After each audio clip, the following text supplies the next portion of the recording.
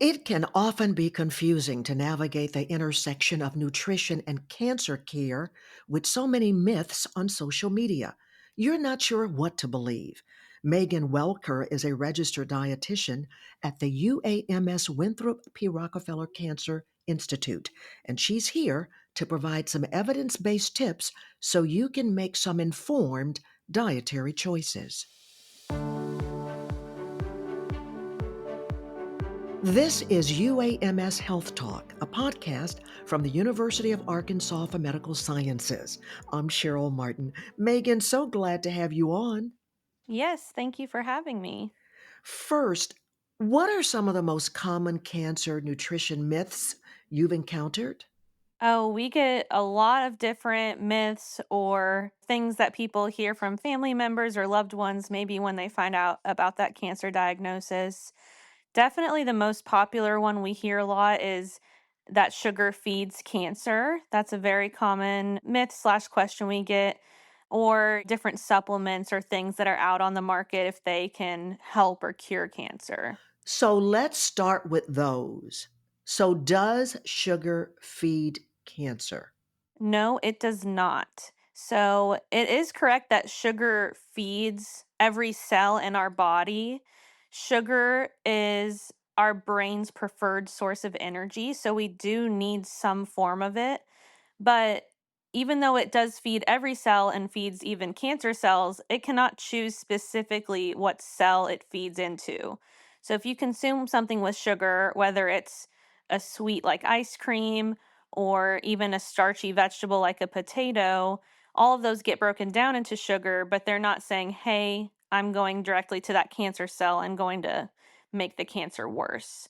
There is no evidence to suggest or prove that sugar feeds cancer or can cause cancer. However, an increase in added sugar intake, especially those concentrated sugars like your sweets, your simple carbohydrates like sugary drinks, those can lead to an increase in your weight, which can put you at risk for certain cancers. So, is it just best overall then to have the goal of lowering your sugar intake, let's say the ice cream, the sodas? Yeah, everything in moderation is definitely our motto. I don't think that there's anything that you need to cut out of your diet completely.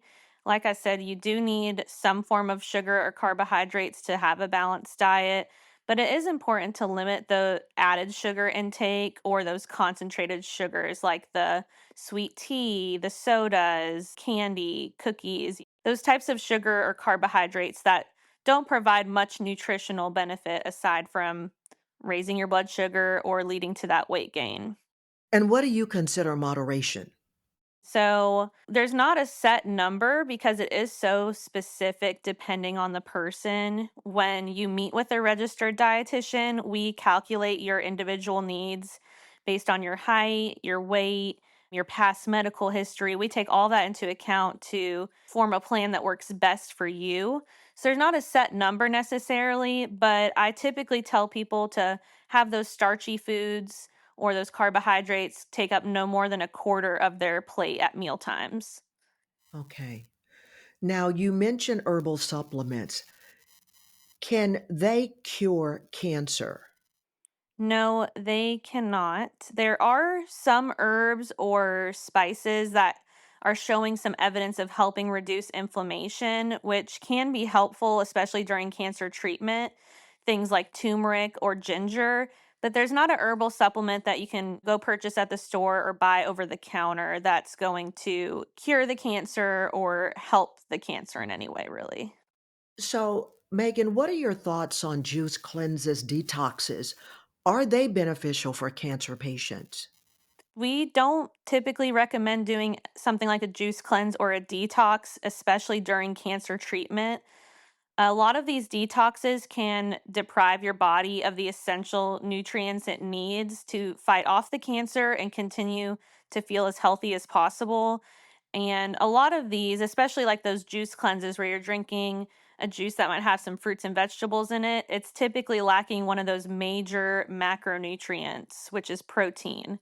And that deficiency in protein can lead to a loss of muscle mass and a lack of energy, which are two things that are very important when fighting cancer.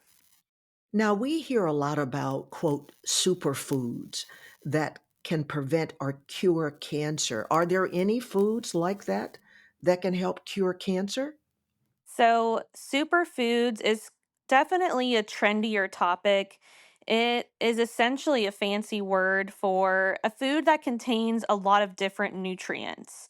So, there's not a list of superfoods that you can look to and use as a reference, but it is important to try to eat a balanced diet. So, including a variety of foods in your day and in your week.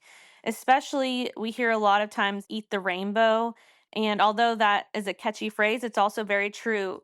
Having a variety of colors on your plate can be very important, including different colors of fruits and vegetables on your plate, because each color of fruit and vegetable provides those different vitamins and minerals that you need. For instance, orange or yellow fruits and vegetables can help with eyesight, they help with heart health, and also immune health, which are all important things for everybody. So you're saying superfoods are really just the right vegetables and fruits.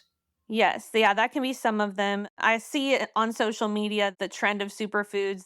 They like to choose certain ones to highlight here and there, and they're always circulating. But just having that balanced diet is really the best thing you can do for yourself. But again, these superfoods don't prevent or cure cancer. That is correct.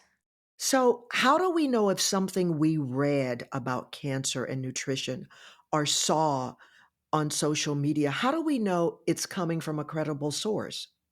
That's a good question, and a very popular question because social media has grown so much over the past few years. If you're seeing something on TikTok or Instagram or Facebook, you might see a claim, do this and it'll keep you from getting cancer, or drink this and it'll cure your cancer. The best thing I can recommend is when you see someone make a post or a claim like that, to go to their profile and look to see if they have the letters RD or RDN behind their name. That stands for registered dietitian or registered dietitian nutritionist. This credential will show you that these people went through the extensive schooling and supervised practice needing to be an expert in food and nutrition.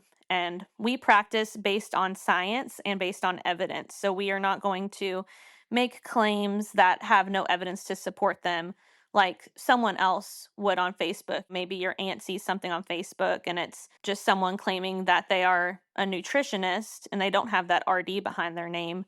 Well, they can claim whatever they want because there's nothing supporting that. So looking for that RD or RDN is very important.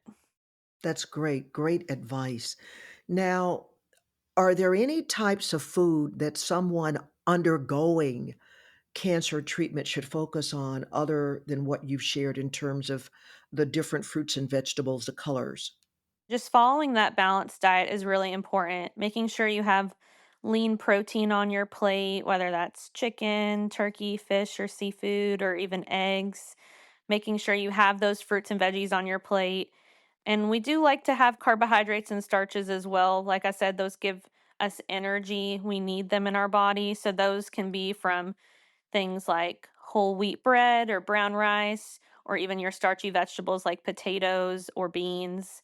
Following that balanced diet and meeting with a dietitian, most importantly, to get that individualized plan can be beneficial during cancer treatment. Now, are there any specific food groups that cancer patients should avoid? I know we talked about decreasing sugar, but any that we should absolutely avoid if we are a cancer patient? There's not a certain food that needs to be avoided. Each cancer and each treatment plan along with that, there might be specific foods that could maybe cause increased side effects. I'm thinking about maybe if a patient gets put on antibiotics, dairy might upset their stomach, and that might not be the most helpful thing when you're already going through cancer treatment. However, it is also important to practice food safety, which is something that meeting with a dietitian, they can teach a patient about that food safety because you are having a weakened immune system going through cancer treatment. We want to make sure we're eating foods in a safe way and they're being prepared safely to eliminate that risk of any foodborne illness happening. Great. Now, Megan, talk about any nutritional support available at UAMS for cancer patients. Yes, we have a great program here at UAMS. We have a whole team of registered dietitians that work in the hospital and on the outpatient side in the clinics to help these cancer patients.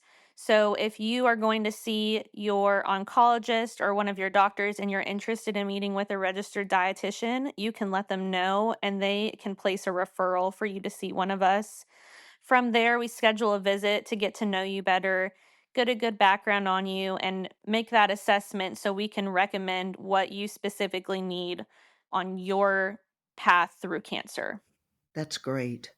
Now, what resources would you recommend for individuals looking to learn more about cancer nutrition? The UAMS Cancer Institute has a website that has a lot of great resources on it. I would also recommend if you're coming in person to your visits at the Cancer Institute, on the first floor, we have a patient support pavilion that offers a lot of different resources. There are educational materials in there. There's a team of social workers available to help on that side. And that's where we meet with patients as well. So you can get that well rounded experience and ask any questions you might need. Megan Welker, thank you for enlightening us on this topic. As we know, knowledge is power, and you have definitely empowered us. Great information. Thank you. Thank you so much. To make an appointment at UAMS, you can call 501 526 6477. That's 501 526 6477. If you found this podcast helpful, please share it on your social channels and check out the entire podcast library for other topics of interest to you. This is UAMS Health Talk, a podcast from the University of Arkansas for Medical Sciences. Thanks for listening.